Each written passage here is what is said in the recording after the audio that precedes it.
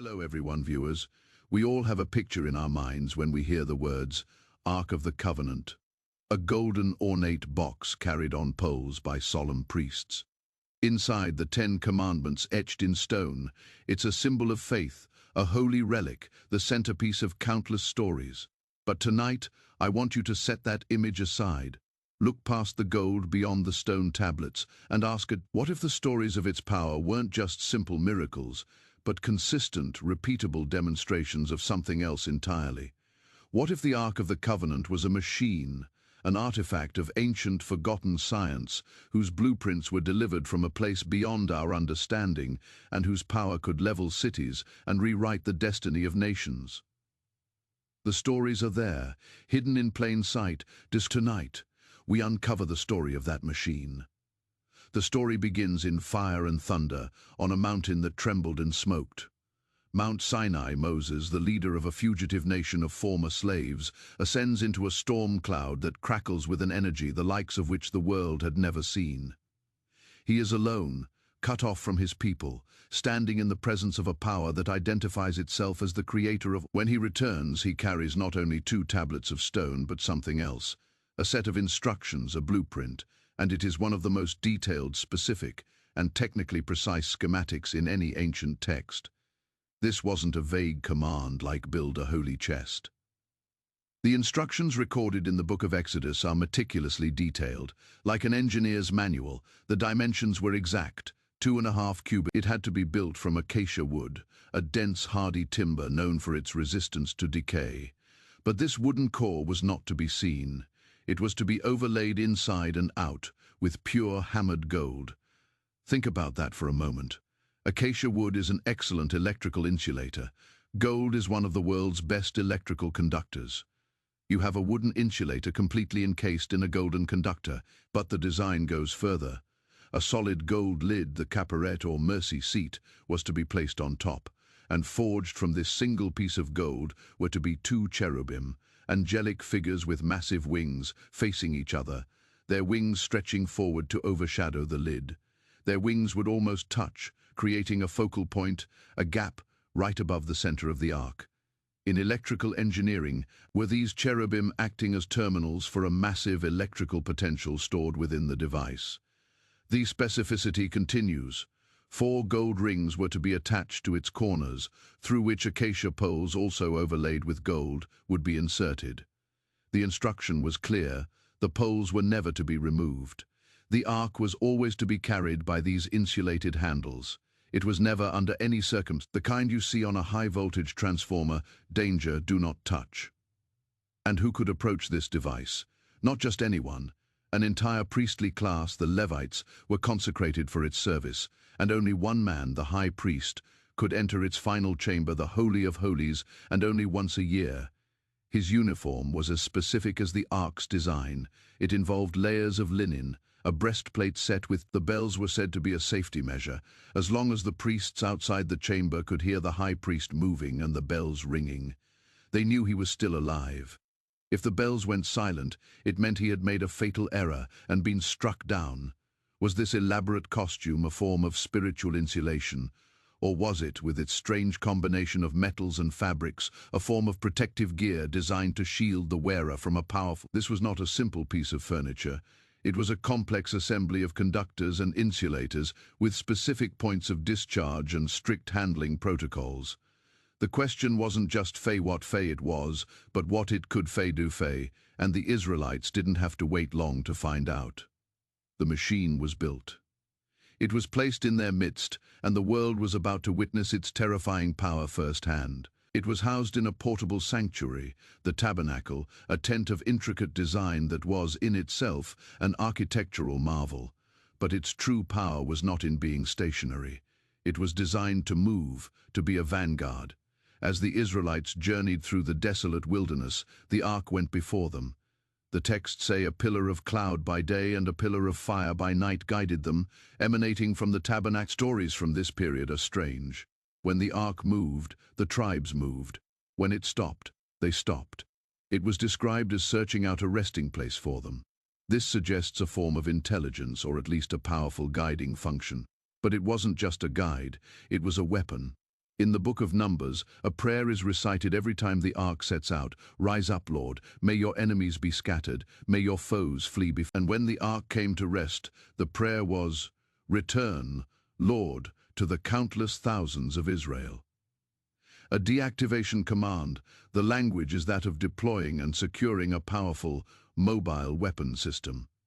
Their enemies soon learned to fear it. The Canaanites, the Amorites, powerful tribes that controlled the land, would hear of the ark's approach and their hearts would. But the ultimate demonstration of its offensive capability came at the gates of the most formidable city in the region, Jericho. Jericho was a fortress, its walls so thick that chariots could race upon them.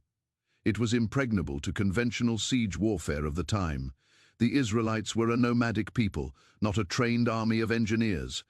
They had no siege engines, no battering rams that could challenge those. They were told to march around the city once a day for 6 days, in complete silence. The army would march, followed by 7 priests blowing ram's horns, followed by the Levites carrying the ark's silence. The only sound was the mournful, eerie cry of the horns and the tramp of feet in the dust. Imagine being a citizen of Jericho. For 6 days you watch this bizarre, silent procession circle your mighty walls. Sound is vibration. Every object has a resonant frequency. If you can match that frequency and amplify it, you can cause the object to vibrate uncontrollably, to shatter from within. It is the principle of an opera singer breaking a glass with her voice. Were the 7 horns setting a bass frequency? Was the silent marching of thousands of feet creating a low, level seismic vibration? And was the ark, was it absorbing this energy, focusing it and projecting it directly into the foundations of the city walls? Day after day, weakening them from the inside out. On the 7th day, the sequence changed. They were commanded to march around the city not once but 7 times. The tension builds. The strange ritual is reaching its crescendo. After the 7th circuit, the priests were to sound one long, final blast on their horns. The scripture says they fell down flat. They collapsed in on themselves, instantly, catastrophically. The city was breached in a single moment. This wasn't a random miracle. It was a precise, targeted event, the culmination of a 7-day procedure. It looks like the activation of a sonic weapon of unimaginable power. The ark had focused and amplified a resonant frequency to the point of structural liquefaction. They hadn't touched the walls, but their secret weapon had obliterated them. The legend of the ark's power was now cemented in blood and stone. It was a divine instrument of war, a city destroyer. But this power was a double-edged sword. Its guardians would soon learn that the machine did not distinguish between friend and foe. It only knew its own protocols, and the penalty for violating them was instant death. The conquest of Canaan continued. It was a symbol of God's presence, but also a tangible military asset. After the land was settled, the ark was given a home in a place called Shiloh, within the tabernacle. For a time there was peace. The machine was in a state of standby, but the Israelites grew complacent, and the Philistines, a powerful seafaring people with iron weapons and a thirst for expansion, rose to challenge them. In a moment of desperation and spiritual arrogance, the Israelites decided to treat the ark not as a sacred, dangerous power source, but as a good luck charm. They brought it from Shiloh to the battlefield, believing its mere presence would guarantee victory. They had forgotten the protocols, the reverence, the fear. They paraded it like a captured flag. This was a fatal miscalculation. The Philistines, initially terrified by the stories of this god in a box, fought with the desperation of cornered animals and defeated the Israelites. And then they did the unthinkable. They captured the Ark of the Covenant for the Israelites. It was a catastrophe beyond imagination.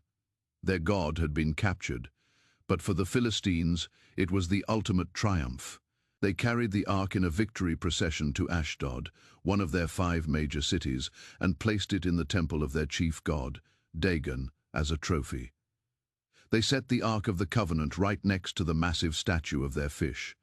God, the ancient machine, was now in enemy hands, treated like a common idol, placed within the energy field of a rival faith's temple. The results were immediate and catastrophic. The priests of Dagon entered their temple the next morning to find their god. The great statue of Dagon had fallen on its face before the ark, As if in submission, they were disturbed, but they propped their statue back up. The next morning, they returned to an even more gruesome scene. The statue of Dagon had fallen again, but this time it was shattered. Its head and hands were broken off. The machine in the room had, overnight, exerted some kind of force that had utterly destroyed the idol. Was it a directed energy pulse, a wave of pure kinetic force? It was a clear message. No other power could stand in its presence. But that was just the beginning. A plague of tumors broke out across the city of Ashdod. The biblical text is brutally frank, describing severe, agonizing. Simultaneously, the region was overrun by a plague of mice, destroying their crops and spreading disease. It was a multi-pronged disaster, a biological and medical crisis of unprecedented scale. The Philistine leaders realized, with dawning horror, that these events began the moment the ark entered their city. This was not a passive trophy. It was active, hostile, and it was poisoning them. "It must not stay here with us," they cried, so they sent it to the next Philistine city, Gath. The moment the ark arrived in Gath, the same thing happened. A great panic seized the city, and the plague of tumors broke out, afflicting everyone, from the lowest citizen to the highest lord.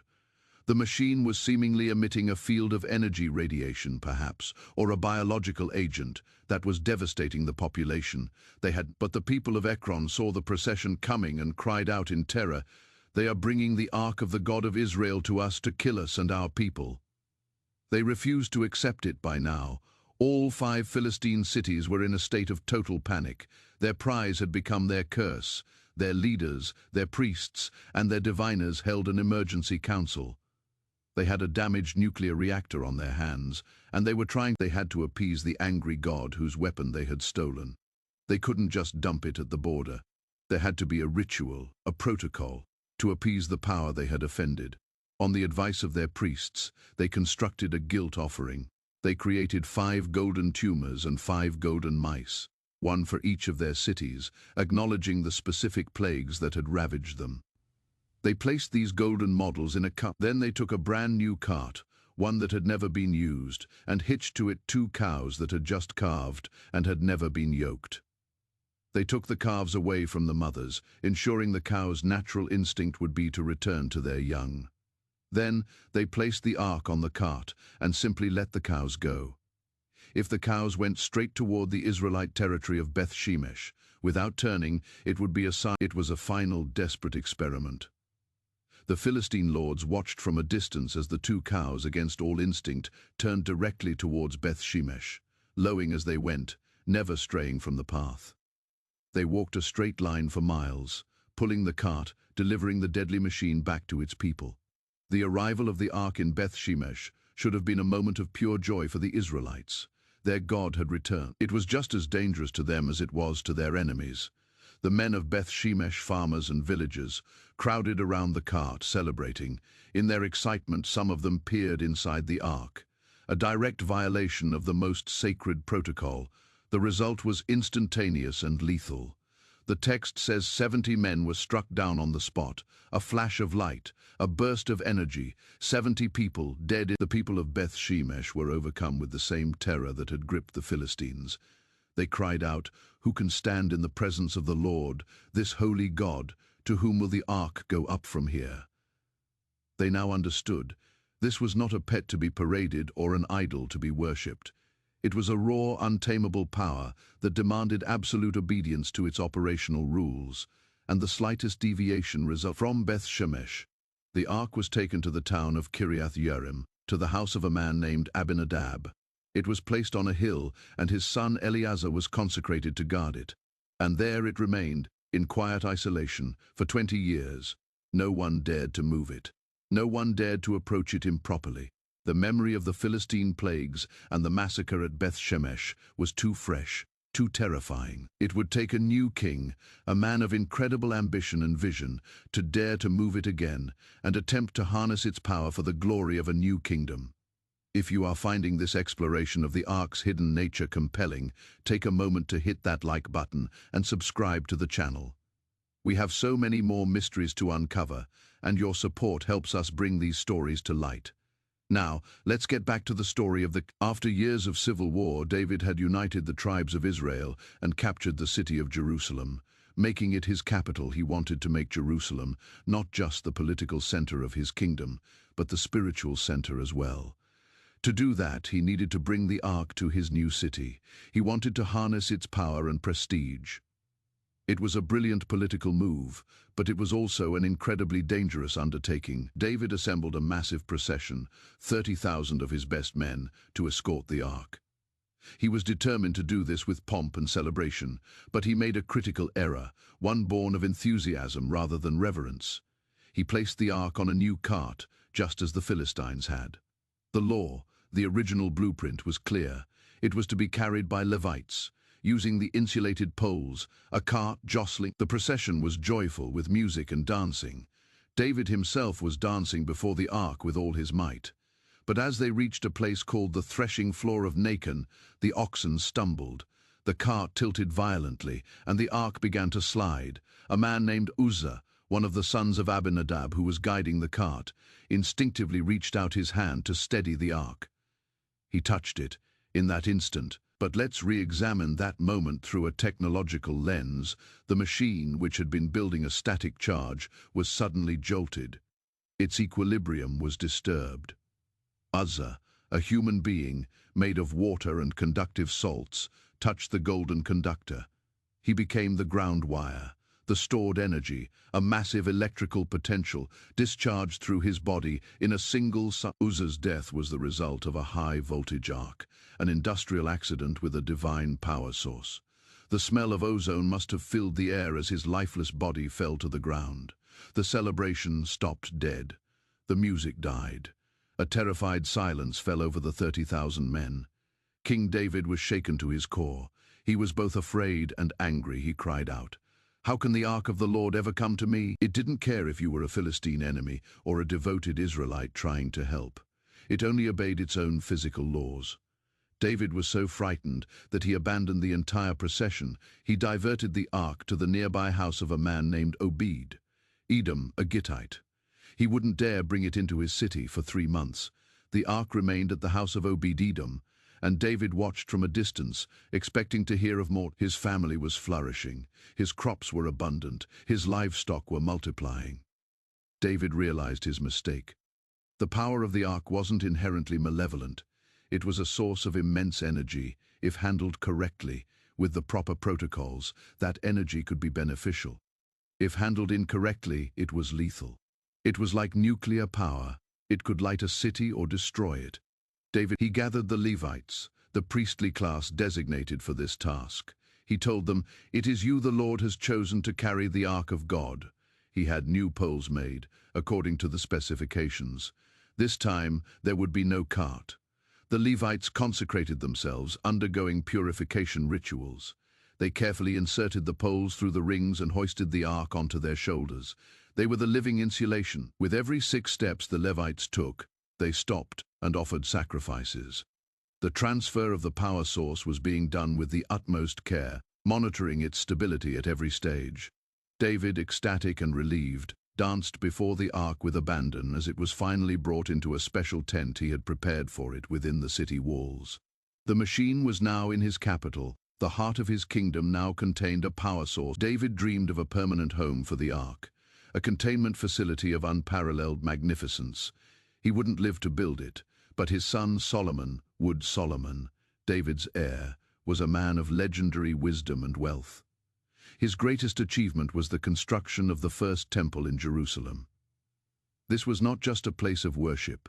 It was an architectural and engineering masterpiece designed. The entire structure was oriented and designed around its most sacred space, the Holy of Holies, or the Diver. Let's look at the temple as a piece of advanced engineering. It was built with massive, perfectly cut stones without the sound of a hammer or iron tool heard at the construction site. The stones were quarried and shaped miles away and then assembled in an eerie silence. The interior was paneled with cedar wood. The entire inner sanctuary was a gilded cage, a massive Faraday cage designed to contain and shield the immense energy radiating from the object it would hold. At the center of the temple was the Holy of Holies. It was a perfect cube, a shape with unique acoustic and energetic properties. Inside this room, there was no furniture, save for the ark itself. Solomon had two new gigantic cherubim carved from olive wood and overlaid with gold, their wingspans stretching from wall to wall, overshadowing the ark just as the smaller ones on its lid did. The room was a layered containment system: stone, cedar, gold, and finally the cherubim, all focused on the ark at the center. It was a reactor core within a reactor building. When the temple was complete, they placed it on the foundation stone directly beneath the wings of the giant cherubim and withdrew. As they did, the Bible describes a phenomenal event. A cloud, a palpable, visible energy, filled the entire temple. It was so thick and so powerful that the priests could not stand to minister. It was called the Shekinah glory, the visible presence of God. Was this the ark, now housed in a stable, sustained energy output that was so intense it became visible to the naked eye? A plasma, like aura, filling the sacred space. For nearly 400 years, the Ark of the Covenant remained in Solomon's temple. It was the heart of Israel's faith and the source of its power.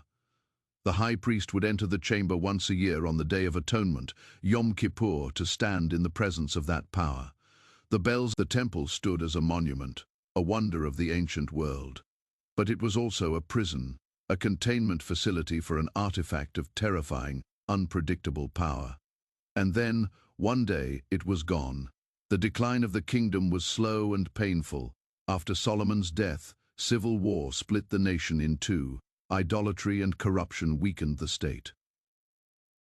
The Babylonian king Nebuchadnezzar, after a long and brutal siege, breached the walls of Jerusalem. His armies poured into the city, burning, looting, and destroying everything in their path. They tore down Solomon's magnificent temple, stone by stone, and carried off its sacred treasures to Babylon. The biblical Book of Kings gives a detailed inventory of the items looted from the temple: the gold and silver vessels, the great bronze pillars, the ceremonial wash basins. Every significant item is listed. But there is one glaring, impossible omission: the single most important object in the entire building, the very reason for the temple's existence, is not on the list. The Ark of the Covenant is not mentioned. It simply vanished. The silence is deafening. What happened to it? The disappearance of the Ark is one of the greatest mysteries of all time, and the theories surrounding it are as compelling as the story of the Ark itself. One of the most prominent theories is that the Ark was hidden by the priests themselves. The prophet Jeremiah, who lived and preached during the siege of Jerusalem, would have known the Babylonians were coming. He and the Levitical priests, the guardians of the Ark's secrets, would have realized that letting the machine fall into Nebuchadnezzar's hands was unthinkable. In the hands of a ruthless empire, its power could be used to conquer the world. So did they perform one last secret operation? Did they deactivate it, if such a thing was possible, and smuggle it out of the temple before the city fell? Jewish tradition and apocryphal text. The texts claim that Jeremiah, acting on a divine command, took the ark, the tabernacle, and the altar of incense and sealed them in a cave on Mount Nebo, the mountain from which Moses first saw the promised land. He is said to have declared that the location would remain unknown until God gathers his people together again and shows his mercy.